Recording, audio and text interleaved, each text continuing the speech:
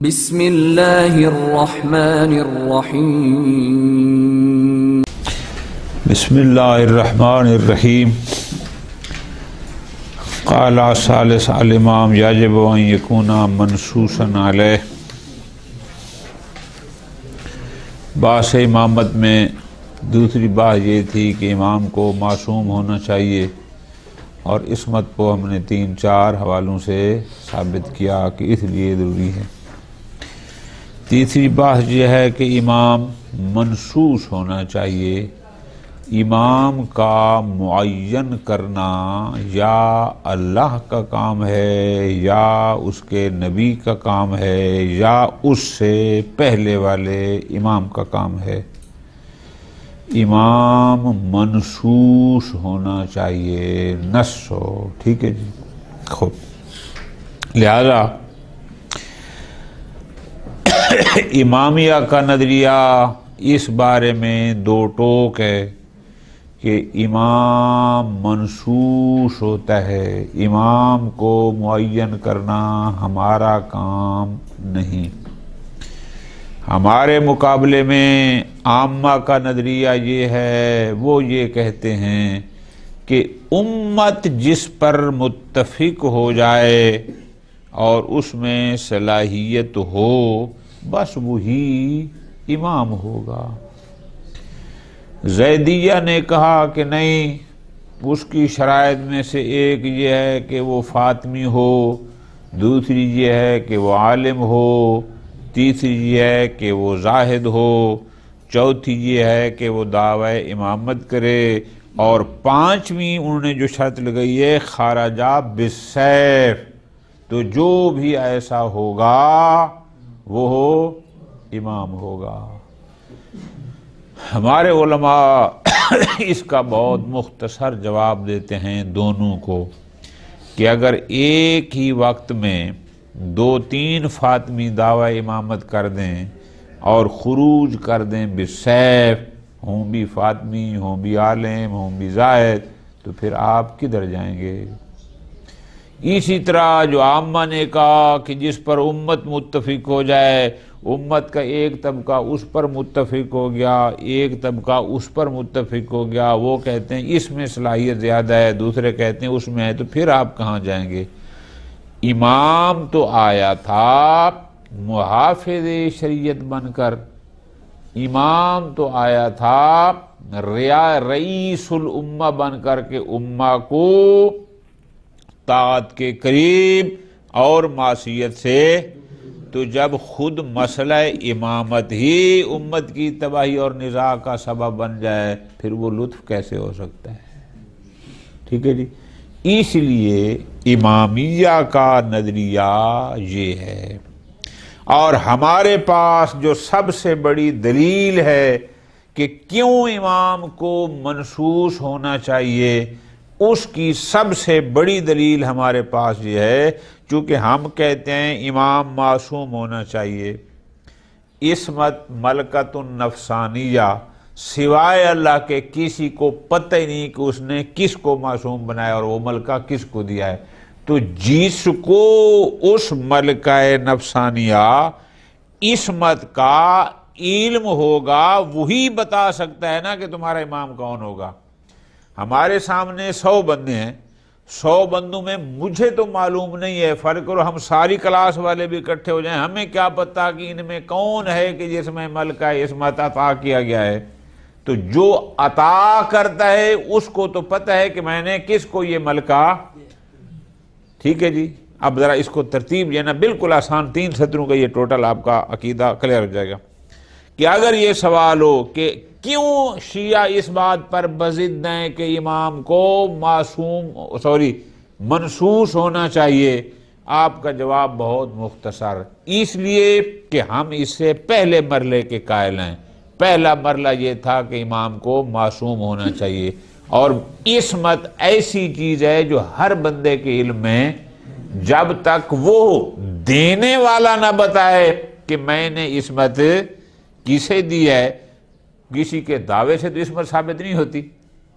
کوئی بندہ کوئی آثار وہ بھی ثابت نہیں کرتا، کیوں؟ توجہ آجان، اس نقطے کو، یہ خاص نقطہ ہے لوگ بڑا شبہ میں ڈالتے ہیں، وہ نکتہ کیا ہے؟ ہو سکتا ہے میرے سامنے کوئی ایک ایسا انسان، کوئی ایسی شخصیت موجود ہو کہ جس کو میں نے گناہ کرتے نہ دیکھا ہو، واجب چھوڑتے نہ دیکھا ہو، تو کیا میں اس کو معصوم قرار دے سکتا ہوں؟ آپ کہیں گے نہ۔ کیوں؟ نہ کرنا اور بات ہے، ملکہ عصمت کا اللہ کی طرف سے اس کو عطا ہونا یہ اور بات ہے۔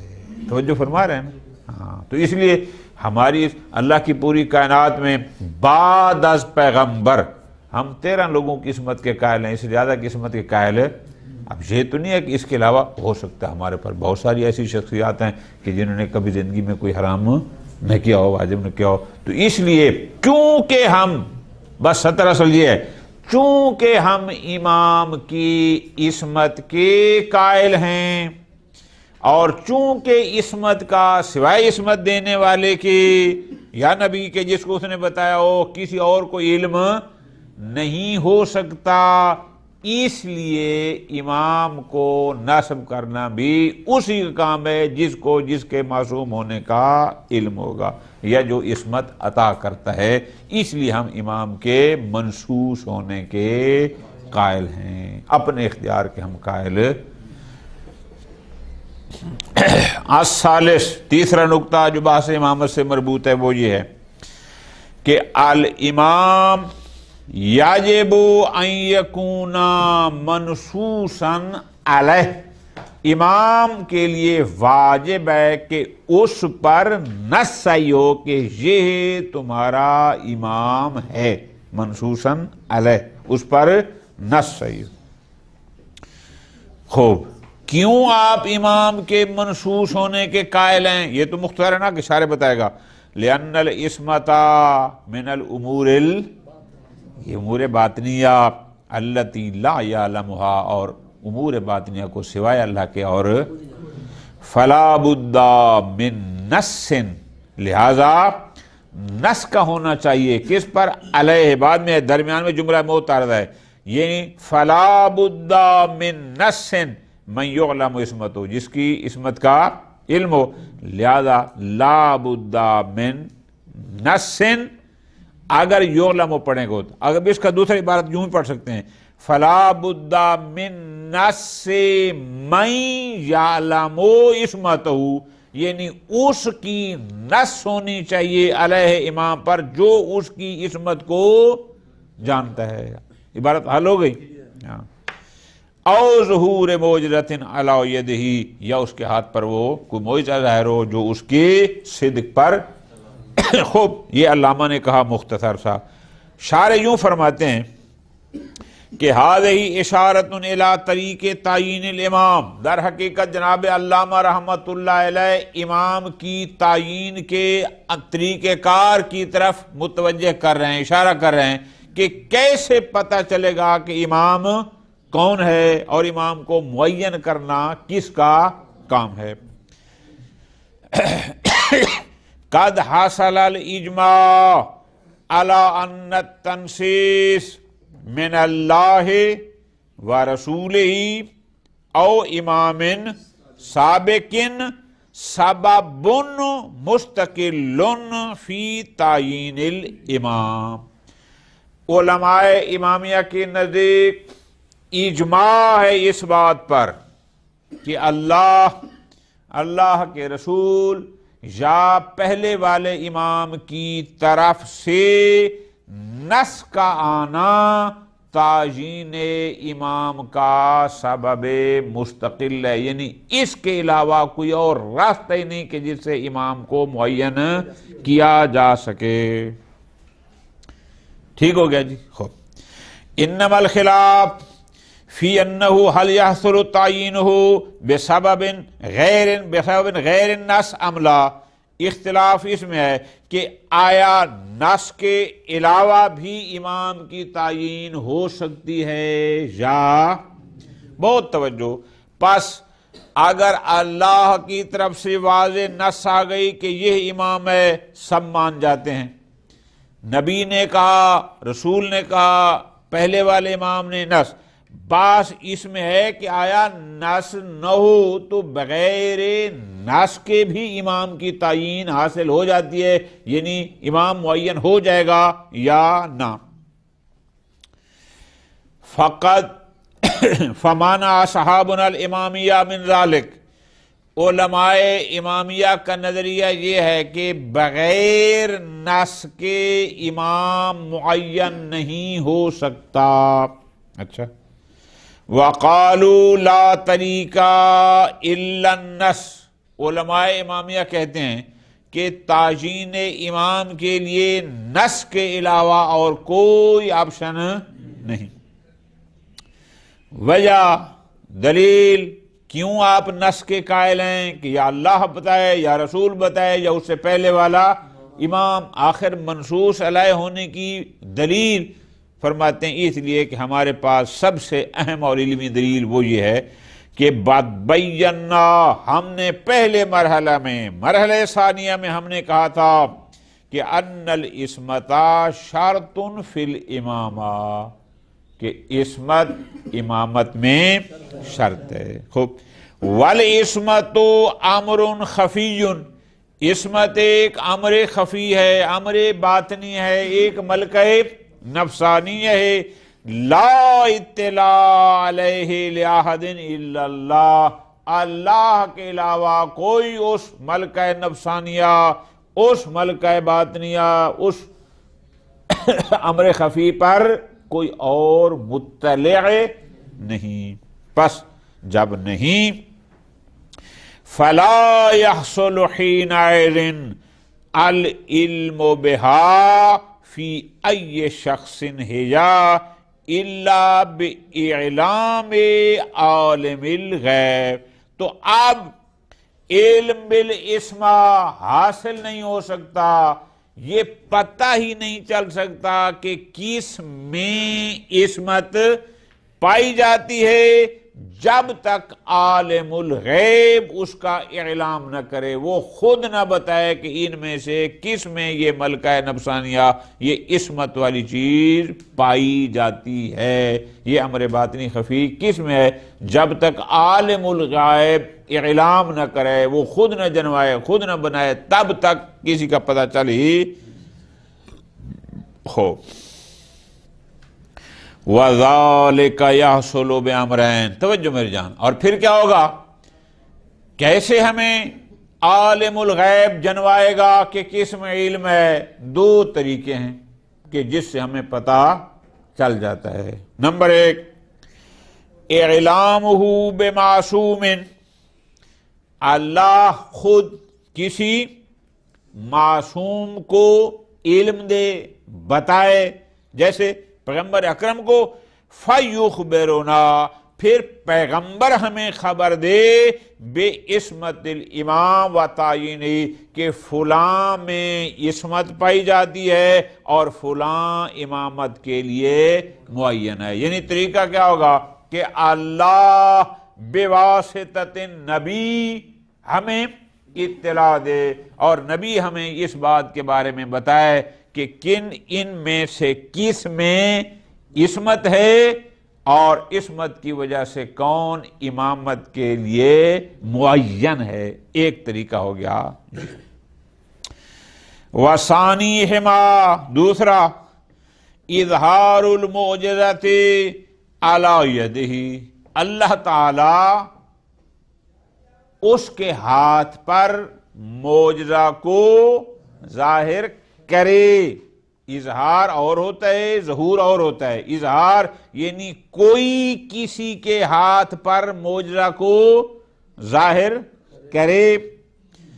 الدالۃ علی صدقہ فی ادعائہ الامامہ، جو دلالت کرے کہ اس شخص نے جو دعوی امامت کیا ہے یہ معجزہ اس کے ہاتھ پر ظاہر کر کے دلالت کرے گا کہ یہ اپنے اس دعوی میں سچا ہے، صادق ہے. یہ ہو گیا نظریہ امامیہ، اور اس وجہ سے ہم کہتے ہیں کہ امام کو منصوص علیہ ہونا چاہیے.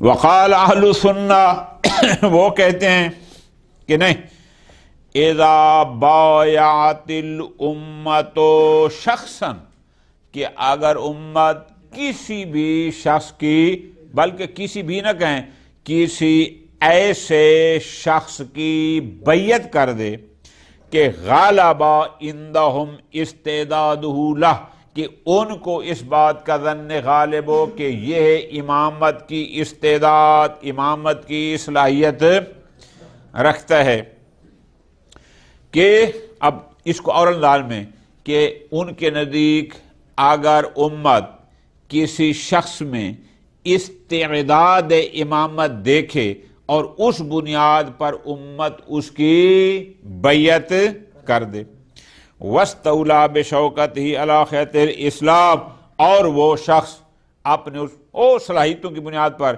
خطوط اسلامی یعنی اسلامی نظریات کا متولی بن جائے، اسلامی چیزوں کو یعنی شریعت کو لے کر آگے بڑھ جائے، بس سارا امامہ، وہ شخص امام بن جائے گا۔ خوب اچھا۔ وقال زیدیہ، فرقہ زیدیہ، انہوں نے امام کی تعیین کے لیے اور راستہ اپنایا، وہ کہتے ہیں کلو فاطمی، کہ وہ فاطمی ہو، عالم ہو، زاہد ہو، خارج بالسیف، باقاعدہ مسلح خروج کرے، ودع الامامہ، اور ساتھ دعوی امامت کرے، بس جو بھی ایسا ہوگا فہوا امام۔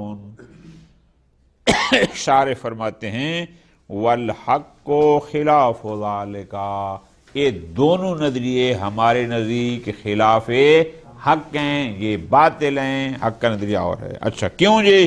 فرماتے ہیں اس لیے الاول، پہلی وجہ یہ ہے کہ بھائی ان الامامۃ خلافۃ عن اللہ ورسولہ، امامت اللہ کی نیابت ہے، یعنی اللہ کا نمائندہ ہوتا ہے امام، یا نبی کا خلیفہ اور نبی کا نمائندہ ہوتا ہے۔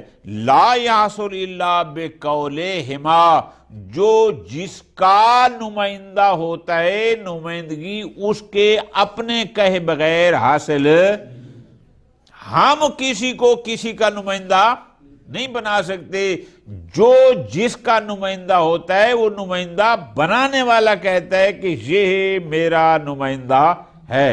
اب چونکہ امام ادھر سے ہے، لہذا اللہ خود بتایا کہ دنیا میں شریعت کا محافظ میں نے کس کو مقرر کیا، یا پھر پیغمبر اکرم۔ ایک نمبر دو، دوسری وجہ یہ ہے کہ ان اثبات الامامت بالبیعہ والدعوی، کہ جو اہل سنت نے کہا کہ جس کی امت بیعت کر لے، یا جیسے زیدیہ نے کہا کہ جو دعویٰ کرے مسلحانہ خروج کرے عالم زاہد فلاں ہو، یفضی الی الفتنہ، یہ تو امت کو اور معاشرے کو فتنے میں ڈالنے والی بات ہے۔ اچھا کیوں؟ لِاحْتِمَالِ أَن يُبَايَعَ كُلُّ فِرْقَةٍ شَخْصًا، ہو سکتا ہے پاکستان والے کسی اور کی بیعت کریں کہ یہ امام ہونا چاہیے، ایران والے کسی اور کی، لبنان والے، پھر تو اماموں کی ایک منڈی لگ جائے گی، جبکہ کائنات میں ایک وقت میں جیسے نبی ایک ہے، امام بھی ایک ہوتا ہے۔ خوب، اور اسی طرح زیدیہ او یدعی کل فاطمین الامامۃ، فاطمیوں میں سے 5-6 اٹھ پڑیں اور سارے مسلحانہ خروج کریں اور سارے دعوے امامت کر دیں، فیقع التحارب والتجاذب، تو جہاں پھر جنگ و جدال ہوگا، لڑائی جھگڑا ہوگا، جبکہ امام اس کے لیے نہیں ہوتا۔ ٹھیک ہے جی۔ خوب، چوتھی چیز جو ضروری ہے بحث امامت میں جو پہلے تھا وہ یہ ہے کہ الامام یجب ان یکون افضل الرعیہ، واجب ہے کہ امام وہ ہو سکتا ہے جو اپنے زمانے میں تمام مخلوقات میں افضل ہو۔ پیغمبر اکرم کے بارے میں ہم نے یہی کہا تھا کہ اس وقت کے تمام اہل زمان سے افضل ہو، امام کے لیے بھی یہی ضروری ہے۔ کیوں؟ دلیل بالکل آسان، اس لیے کہ اگر اس سے کوئی افضل موجود ہوا تو لازم آئے گا مفضول کو فاضل پر ترجیح دینا، اور یہ باطل ہے، یہ کبھی ہے اللہ یا اللہ کا رسول کبھی کبھی کا ارتکاب. اقول یجب ان یکون الامام افضل اہل زمانہ، واجب ہے کہ امام اپنے زمانے کے تمام لوگوں سے افضل ہو. کیوں؟ لِأَنَّهُ مُقَدَّمٌ عَلَى الْكُلِّ، اس لیے کہ امام کی ریاست عامہ ہے، سب پر وہ سربراہ ہے، جو نبی کے بعد نمائندہ ہے. خوب. فَلَوْ كَانَ فِيهِمْ مَنْ هُوَ أَفْضَلُ مِنْ، اگر اس وقت کے لوگوں میں کوئی ایک بھی ایسا ہوا جو اس امام سے کسی بھی لحاظ سے افضل ہوا، تو لازم آئے گا تقدم المفضول علی، کہ مفضول کو فاضل پر مقدم دیا گیا، اور مفضول کو فاضل پر ترجیح یہ کبھی ہے، عقلاً بھی اور سمعاً بھی. نہ اللہ کبھی کا ارتکاب کرتا ہے نہ اللہ کا رسول. وصلی اللہ علیہ محمد وعلیہ